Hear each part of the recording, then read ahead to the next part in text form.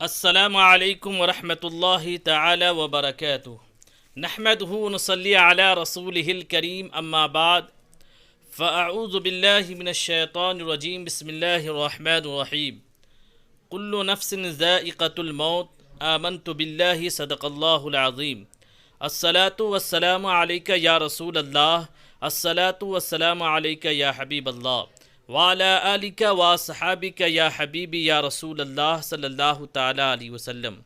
ناظرین، میں حقیر محمد عبدالعزیز ثقافی صدر مدرس دارالعلوم نور الاسلام حشمت پیٹ سکندرآباد آپ سے مخاطب ہوں۔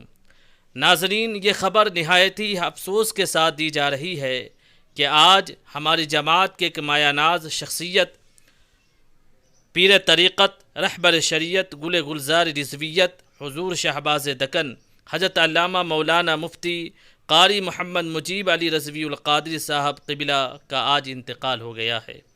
انا للہ و انا الیہ راجعون۔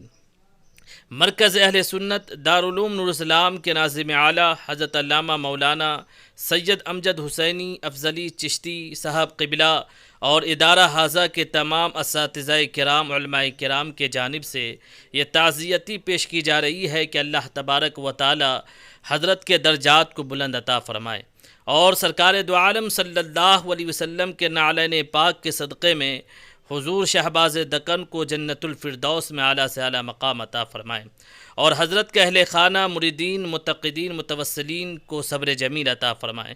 ناظرین، حضور شہباز دکن ایک عظیم شخصیت جو کسی کے محتاج تعارف نہیں۔ آپ نے ساری زندگی مسلک اعلیٰ حضرت کے ترویج و اشاعت میں گزار دیے۔ آپ ایک روحانی شخصیت اور عاشق اعلیٰ حضرت، عاشق رسول دنیا سے رخصت ہوئے ہیں۔ مولا تعالیٰ کی بارگاہ میں دعا ہے کہ اللہ تبارک و تعالی حضرت کے فیضان سے ہم سب کو مالا مال فرمائے اور حضرت کے بتائی ہوئی باتوں پر ہم سب کو عمل کرنے کی توفیق و رفیق عطا فرمائے۔ وآخر دعوانا الحمدللہ رب العالمین۔ السلام علیکم ورحمۃ اللہ تعالی وبرکاتہ۔